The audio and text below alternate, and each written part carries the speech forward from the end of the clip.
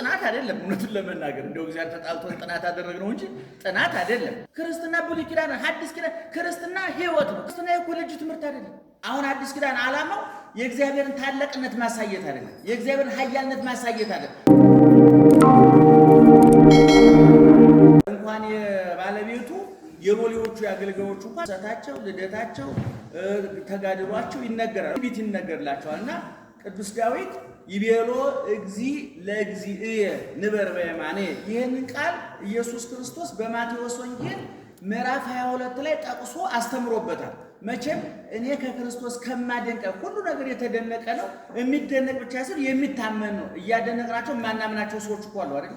ግን ክርስቶስ እያደነቅነው የምናምነው፣ እያመንነው የምናደንቀው፣ እያደነቅነው የምንወደው፣ እየወደነው የምንዋሃደው አካል ነው መቼም ክርስቶስ እና ወልደ ቅዱስ ዳዊት ጌታዬን በቀኝ ተቀመጥ አለው ያለውን ዮሐንስ አፈወርቅ ይሄን ወስዶ ሲተረጉም ምን አለ? በቀኝ ተቀመጥ ያለው ዳዊት ማንን ይመስላችኋል? መቼም ወልድ ቅድመ ዓለምን በየማነ አብ ነው አይደል? ይታወቃል። አሁን ኖር ተቀመጥ የሚባለው ተቀምጦ የነበረ ሰው ነው፣ አዲስ የመጣ እንግዳ ነው? ንገሩኝ እስቲ። አዲስ የመጣ እንግዳ ነው አይደል? ዮሐንስ አፈወርቅ ምስጢሩ የሚያመለክተው አዲስ የመጣው እንግዳ ማን ነው ሲባል ስጋ ነው፣ ትስብእት ነው። ወልደ ንበር በየማኔ የተባለው አዲስ የመጣው እንግዳ ነው። መለኮትማ ቦታው አይደል? በገዛኙ ተቀመጥ ይባላል ወይ? አዲስ የመጣው ለዚህ ነው የኛ ሊቃውንት ሐዲስ ኪዳን የተጻፈው ስለ ስጋ እንግድነቱ ነው። አሁን አዲስ ኪዳን ዓላማው የእግዚአብሔርን ታላቅነት ማሳየት አይደለም፣ የእግዚአብሔርን ኃያልነት ማሳየት አይደለም። ኃያልነቱንማ ፍልውሃ አዝንቦ አሳይቷል፣ እሳት አዝንቦ አሳይቷል። ቸርነቱን 40 ዓመት መና ከደመና ወርዶ አሳይቷል፣ ውሃ ካለት አፍልቆ አሳይቷል። ኃያልነቱን ፈርዖንን አስጥሞ አሳይቷል። ርኅራኄውን ደግሞ እኛን በጥምቀት በማዳን አሳይቷል። ኃያልነቱን በሰዶም በገሞራ እሳት አዝንቦ አሳይቷል። ቸርነቱን ደግሞ ለእኛ መንፈስ ቅዱስ በእሳት አምሳል በመስጠት አሳይቷል። ኃያልነቱን በዓመተ ሞተ ዖዝያን ርኢክዎ ለእግዚአብሔር ዘየነብር ዲበ በነጭ ከፍ ባለ በነጭ ዙፋኑ ላይ ተቀምጦ አየሁትና ኢሳይያስ መጽሐፍ ቅዱስ እንደውም አማርኛው ምን ይላል?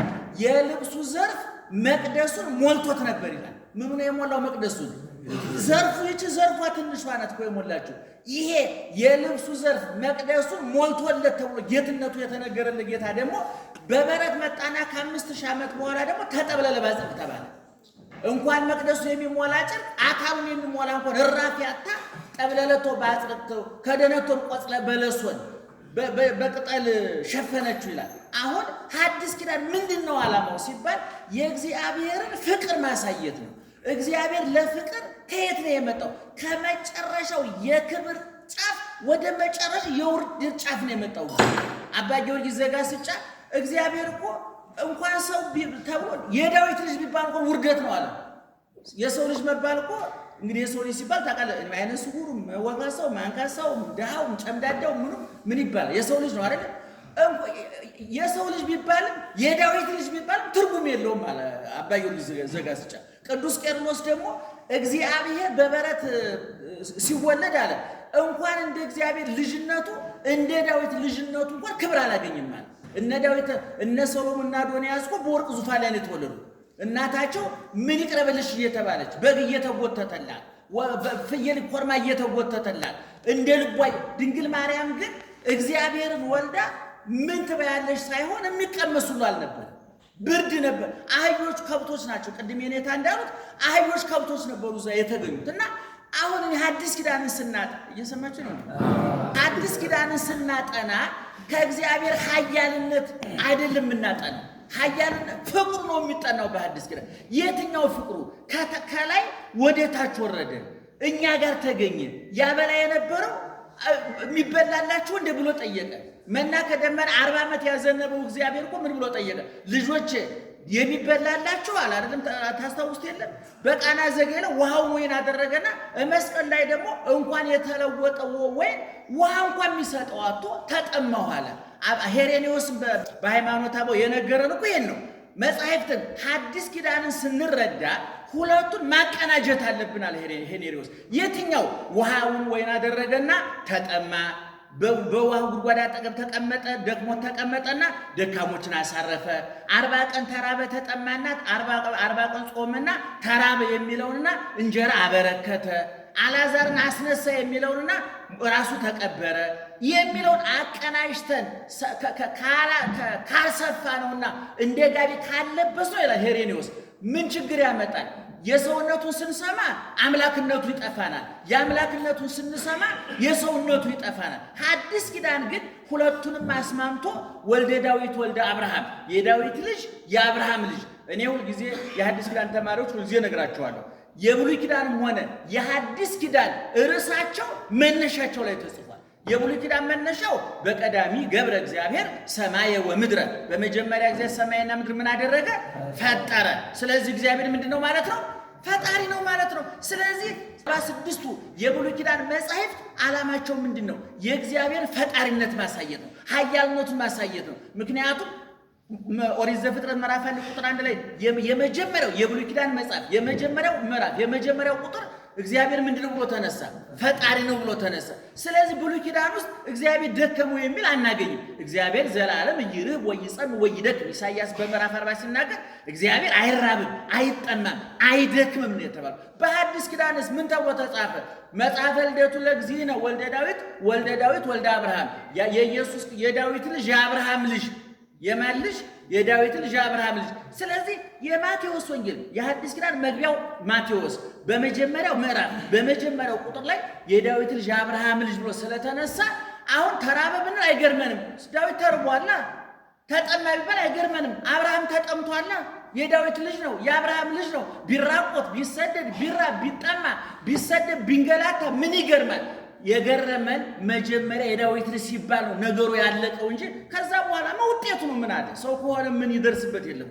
ሰው ስንሆን አይደል ደህና ዋላችሁ። እና እኔ ሐዲስ ኪዳንን ስናጠና በተለይ እንደው እዚህ የምንማር ቅድም የኔታ ሃይማኖት እንደነገሩ ይሄ ትምህርት ቤት ፈልፈለ ሊቃውንት ነው፣ ነቃ ሊቃውንት ነው፣ ፈለገ ሊቃውንት ነው። እንደነ ብፁዕ አቡነ መርዓ ክርስቶስ የመሰሉ እንደነ ሊቀ ስልጣናት ሀብተ ማርያም ወርቅነህ ከእውቀትም በተጨማሪ ጠንካራ ሰራተኛ እንቅልፍ የማያውቁ ጧት 11 ሰዓት ነበር ቢሮ የሚገቡት። የሚገርማችሁ ነገር ጧት ማታ ደግሞ ከቢሮ የሚወጡት 1 ሰዓት ተኩል ነው። እንደው ደግሞ እንደኛ ሰራተኛ ጧት 2 ሰዓት ተኩል ተጎትተው መጥተው 7 ሰዓት ተጎትተው ያወጡ ነበር ሊቀ ስልጣናት ሀብተ ማርያም ወርቅነህ። መቼም እኛ ምቀኞችን አንመሰክርም እንጂ ትልቅ ነው።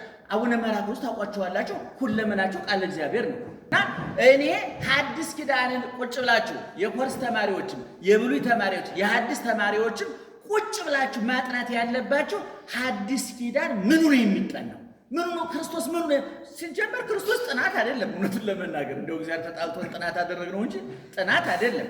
እንደው በዓለም ላይ እኮ ይባላል የቴዎሎጂ ኮሌጆች በዓለም ላይ ዩኒቨርሲቲዎች እኮ እስከ ፒኤችዲ የሚሰጡ በዓለም ላይ የተጥለቀለቁ ኮሌጆች አሉ። በአውሮፓ ብትሄዱ በአሜሪካ ብትሄዱ የካቶሊክ ቤተክርስቲያን በጣም በብዙ መቶ ኮሌጆች አሉ። የእኛም ሰዎች ስኮላርሺፕ እያገኙ ያውቃሉ። የኔታ ሃይማኖት ግሪክ እየተላኩ ራሻ እየተላኩ ሂደው መጥተው ነበር። ለውጥ ላይ መጡ አልቻሉም። ምክንያቱም ክርስትና የኮሌጅ ትምህርት አይደለም። ክርስትና ብሉይ ኪዳን ሐዲስ ኪዳን ክርስትና ሕይወት ነው። ክርስቶስ ነው። ክርስቶስ በቃ ባጭሩ። ስለዚህ እኔ ክርስቶስን ስናጠና ዛሬ አረገ ስንል እኛንን ያረግነው የሰው ልጆች ታሪክ ተቀየረ። በበረት ተጀምሮ በእርገት ተጠናቀቀ። በብርድ ተጀምሮ በሙቀተ መንፈስ ውስጥ ተጠናቀቀ። እንደውም ሐዋርያት እንዳንጋጠው ሲያዩ እኮ መላእክት መጥተው ምንድነው ያሏቸው? ምን ታንጋጥጣላችሁ?